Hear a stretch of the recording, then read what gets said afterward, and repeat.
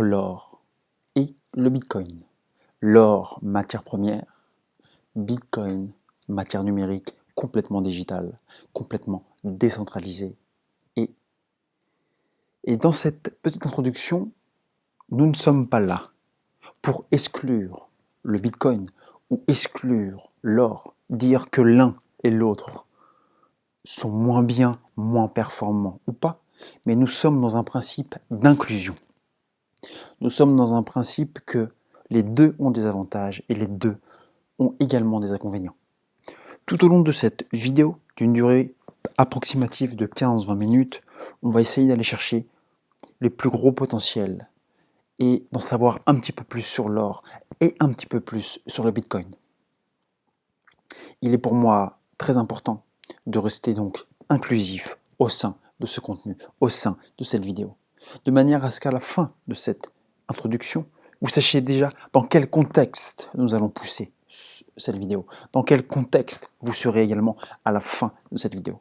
Le contexte sera simple, en savoir beaucoup plus sur l'or et en connaître beaucoup plus sur les termes techniques, sur les termes difficiles que le mot Bitcoin cache derrière son simple ticker BTC. Et l'un physique prôné par de nombreuses personnes, par de nombreuses industries, y compris l'orfèvrerie, y compris tout l'aspect monétaire des États et des banques centrales, l'autre complètement numérique, sorti de nulle part, en moins de 13 ans, au cours des années 2013, fondé par un ou des inconnus,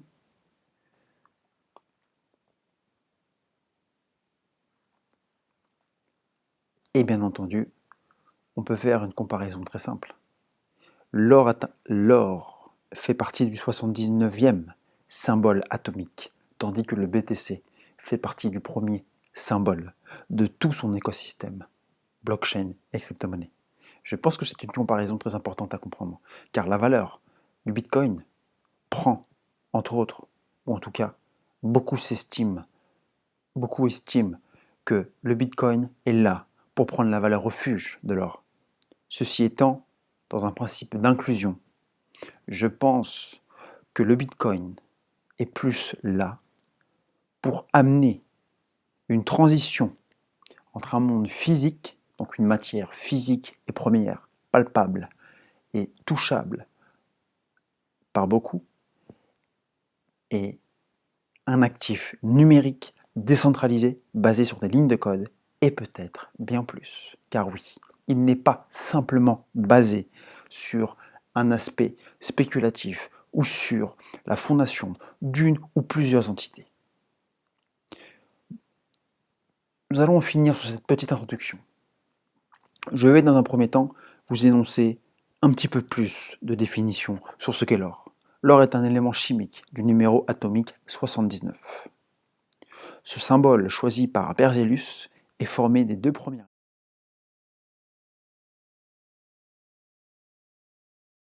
Je vous mettrai un petit peu plus de documentation par rapport à l'or. Le corps simple est un métal noble, un métal précieux, coloré, précieusement, en jaune d'or, matière pure dense, molle, facile à travailler. Parfois simplement à la main et au bâton, connu de toute antiquité, apprécié pour son fort éclat de petit soleil, en particulier sous forme de diverses parures depuis la fin du néolithique, ou de diverses pièces de monnaie depuis l'Antiquité et très recherché avec l'argent, depuis les temps historiques, pour sa fonction monétaire déterminante, l'art du travail de l'or et l'orfèvrerie. Tandis que le Bitcoin est né en 2013 par un prétendu Satoshi Nakamoto, unique personne ou consensus de société ayant pour objectif d'apporter une solution, non pas unique, non pas centralisée, mais décentralisée et au monde entier. Ce soi-disant ou ces soi-disant Satoshi Nakamoto ont créé le Bitcoin de façon purement anonyme. À l'heure actuelle, beaucoup de thèses sur le Bitcoin s'évertuent dans le sens que toutes les plus grosses fortunes du monde ont déjà été plus ou moins suspectées d'être ce ou ces Satoshi Nakamoto. Je dis c'est Satoshi Nakamoto car en effet, à l'heure actuelle, il est méconnu du public. Peut-être que les entités privées le connaissent, peut-être que derrière les plus grandes familles de ce monde, pas forcément les plus belles, mais les plus grandes, en tout cas qui se disent les plus grandes, elles savent qui est derrière le Bitcoin, derrière ce Satoshi Nakamoto. Et tout au long de ces contenus, nous essaierons de percer ce petit mystère, percer un petit peu ou alors en savoir beaucoup plus à travers des modèles mathématiques basiques et des faits. Puis, bien entendu, des conclusions, des estimations sur telle personne, tel type de société ou tel axe de recherche. L'or, fondé en 2013 par Satoshi Nakamoto, pour une valeur de quelques centimes de dollars, aujourd'hui, avec un plus haut niveau à 67,500 et quelques milliers de dollars, on peut tout simplement estimer la valorisation du marché de crypto-monnaie de 1 trillion de dollars, soit un équivalent de 1 million de dollars. Celle de l'or est, elle, estimée entre 10 et 11 millions de dollars. On peut voir que le Bitcoin est sur le cours de la valeur actuelle de l'or. Ceci étant, on n'en est encore qu'à 1/10, plus ou moins, de la valeur actuelle du marché de l'or. Est-ce que le Bitcoin sera une valeur refuge dans les temps à venir? Est-ce que actuellement les sociétés, les fonds d'investissement et les particuliers utilisent le Bitcoin comme une valeur refuge? Ce sont des questions qui sont importantes, non seulement à comprendre, mais non seulement à digérer, pour savoir se situer entre le faux et entre le vrai, ou potentiellement entre votre vérité.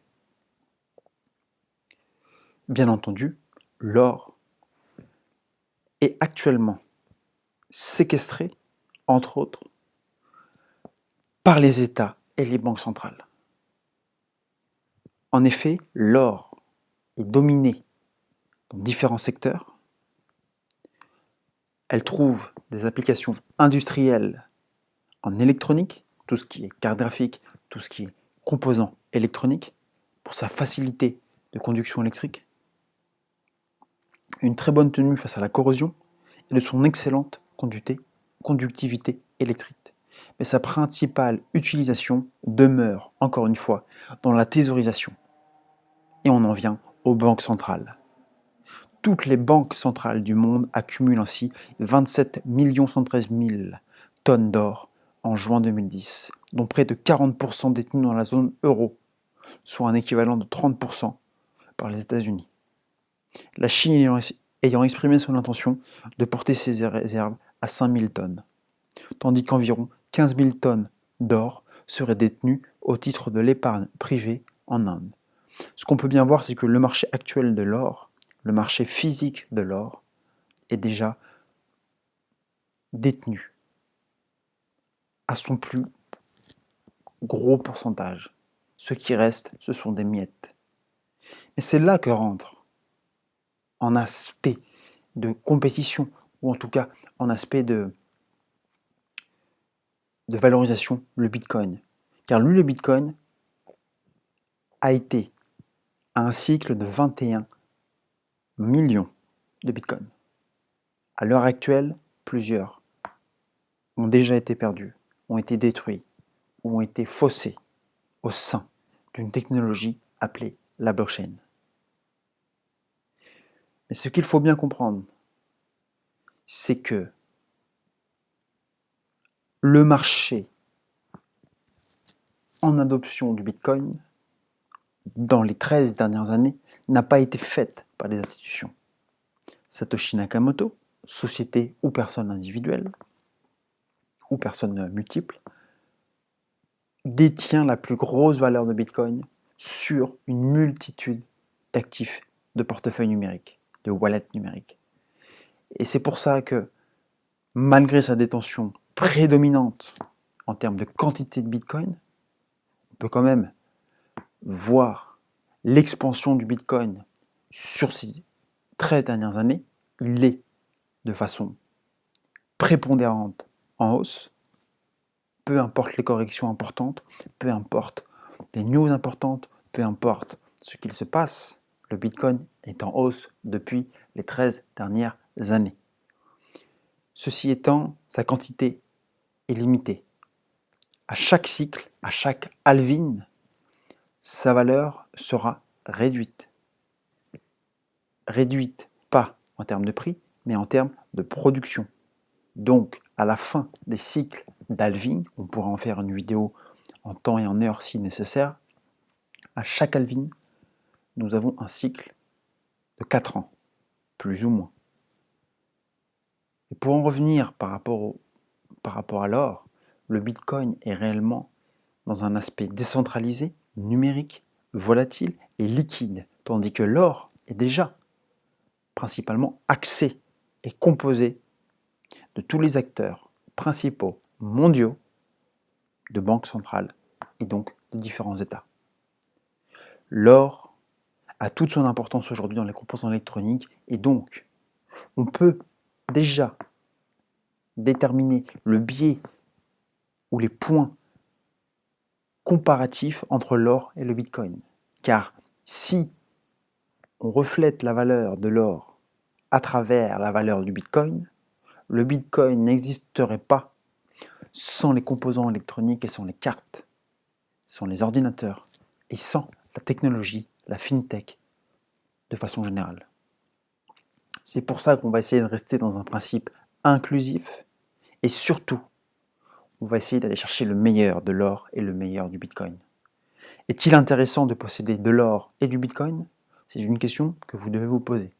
Je n'y répondrai pas forcément tout de suite dans cette vidéo, car on est vraiment sur deux marchés complètement différents.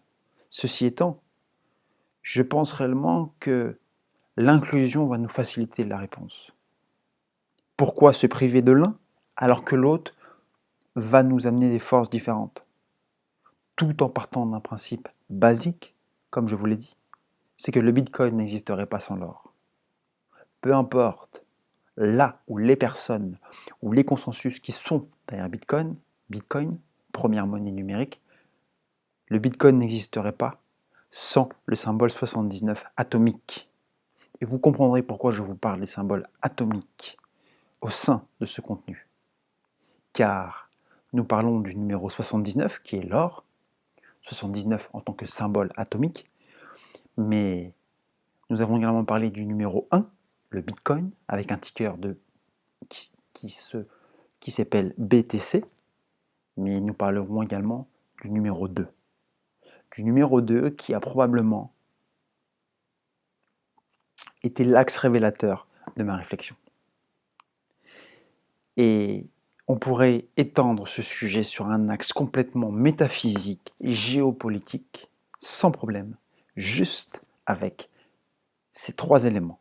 Le numéro 79, le numéro 1, le Bitcoin, et le numéro 2 au sein du marché crypto-monnaie qui s'appelle donc l'Ethereum, l'Ether. L'Ether, symbole très important, voire même indispensable, qui fera peut-être l'objet d'une vidéo dans les jours et mois à venir. Revenons-en à l'or et au Bitcoin. L'or se trouve des applications industrielles en électronique en raison de sa très bonne tenue face à la corrosion. Les banques centrales du monde cumulent ainsi 27 000 tonnes, 40% détenues dans la zone euro, 30% aux États-Unis et 15 000 tonnes en Inde. D'accord? Maintenant, je pense réellement que l'inclusion de ces deux actifs au sein d'un portefeuille ou au sein de votre thésaurisation fera la différence.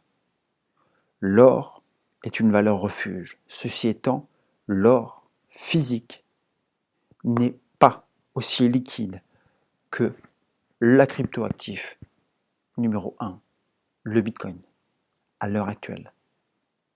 Par contre, il existe des dérivés de l'or. Il existe des produits dérivés, donc ce qu'on appelle de l'or numérique.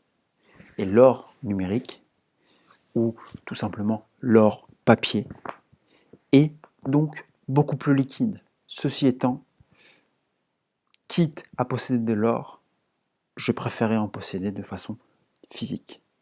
Quitte à posséder des bitcoins, je préférais en posséder de façon numérique, de façon complètement décentralisée.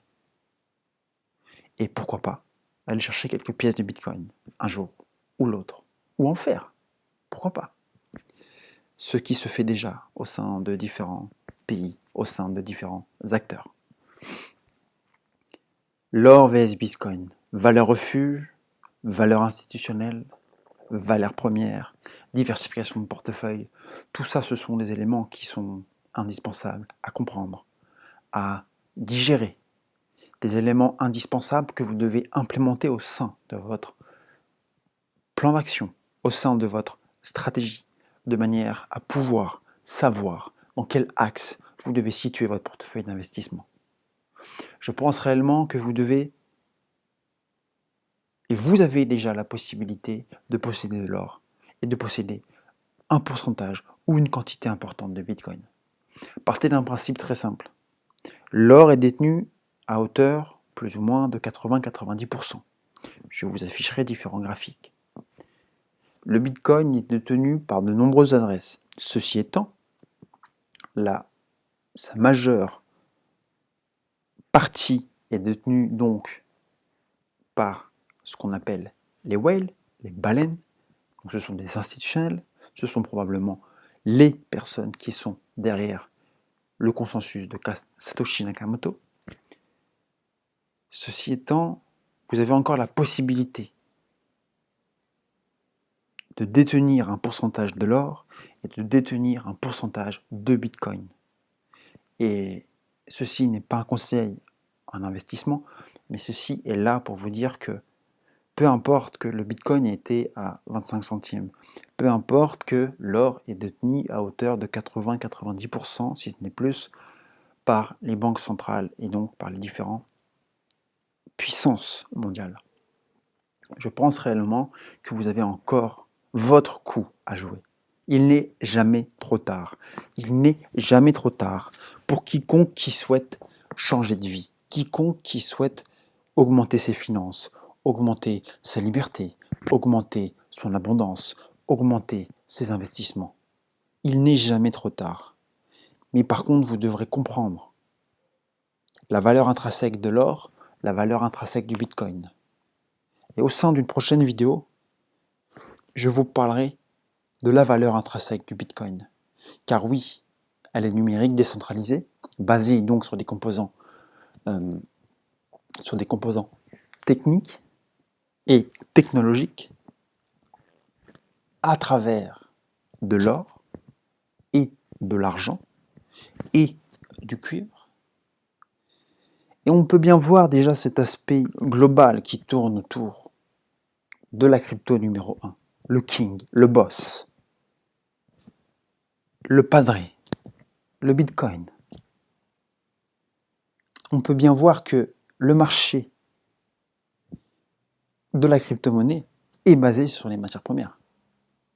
Il n'est pas basé, dans un premier temps, sur des valeurs institutionnelles, mais je pense réellement qu'il faut faire cette comparaison, cette analyse entre le marché traditionnel des actions, de la fintech, de la technologie, des GAFAM, d'Internet, de l'informatique et bien entendu des matières premières pour déjà avoir un aperçu des horizons d'investissement possibles. Est-ce que je vous conseille d'investir dans tout ça en même temps? Non. Je vous conseille de vous concentrer uniquement ce en quoi vous êtes le meilleur. Le marché traditionnel, le marché cryptoactif beaucoup plus volatile, ou tout simplement le forex, les matières premières. Déterminez vos points forts, déterminez vos points faibles, déterminez également ces deux derniers au sein de vos choix, au sein de vos investissements. Et faites-en une force, faites-en également un plan, une stratégie valable dans le temps. Puis au fur et à mesure de votre apprentissage, au fur et à mesure de votre avancée, vous aurez de la matière première, de l'or, du cuivre, de l'argent, du zinc, du palladium, du titanium, du fer, du métal, du plomb. Très intéressant le plomb, car il est très très lourd. Et puis vous aurez également des investissements complètement décentralisés, numériques, basés sur une ligne de code, mais en réalité bien plus. Car si on pousse ce raisonnement, le marché de la crypto-monnaie est basé sur les matières premières et donc sur la fintech, et donc sur le Nasdaq, mais également basé sur l'énergie. Tout est basé sur l'énergie. L'or n'est pas une énergie, c'est un composant. Ceci étant, il est excellent en termes de conducteur électrique. Et les matières premières sont indispensables pour que vous puissiez avoir votre différence entre un marché haussier et un marché baissier. Nous sommes aujourd'hui le 22 février 2022. Nous connaissons une période difficile, une période corrective, mais restez concentrés. Restez concentrés sur non pas le bruit, le brouhaha ou l'écran de fumée qu'il y a autour de vous, mais concentrez-vous principalement sur votre plan. Concentrez-vous sur la valeur de votre portefeuille et déterminez les angles qui feront la différence dans les mois, mais principalement dans les années à venir. Et c'est comme ça que vous allez changer votre vie. C'est comme ça que vous allez avoir une hausse importante en termes de changement et en termes de valeurs financières. Excluez les valeurs financières et concentrez-vous sur votre objectif de vie. Et vous allez voir, tout va devenir simple. Ceci étant, or vs Bitcoin, Bitcoin basé donc sur les matières premières, basé sur l'énergie, basé donc sur ce qui fait notre société, l'énergie. Notre société est composée juste de transformation d'énergie. On prend de l'énergie, on la transforme en un élément, un objet, une matière première. Certaines matières premières ne sont pas naturelles. L'or, qui donc vient d'autres planètes. L'or ne vient pas de la Terre. L'or est donc un déchet planétaire. Un déchet. J'insiste sur ce mot, le déchet. Car les déchets d'aujourd'hui seront vos minerais de demain. Vous devez connaître cette phrase et essayer de l'étendre sur la valeur du Bitcoin. Essayez de l'étendre sur la valeur de vos choix. Sur ce, l'or, avec une valeur intrinsèque de 10 à 11 milliards de dollars, le Bitcoin, 1000 milliards, 1 milliard de dollars, on a encore une marge progressive. Ceci étant, ça s'est fait sur les 13 dernières années pour le Bitcoin. Donc oui, prenez le temps, suivez, abonnez-vous, likez, partagez, et puis n'hésitez pas. N'hésitez pas à me dire ce que vous pensez de l'or, n'hésitez pas à me dire de ce que vous pensez du Bitcoin, sur quoi repose selon vous l'or et sur quoi repose le Bitcoin. On pourra, grâce à ça, étendre ce sujet. Je vous souhaite une excellente journée, et puis on se retrouve dans les commentaires.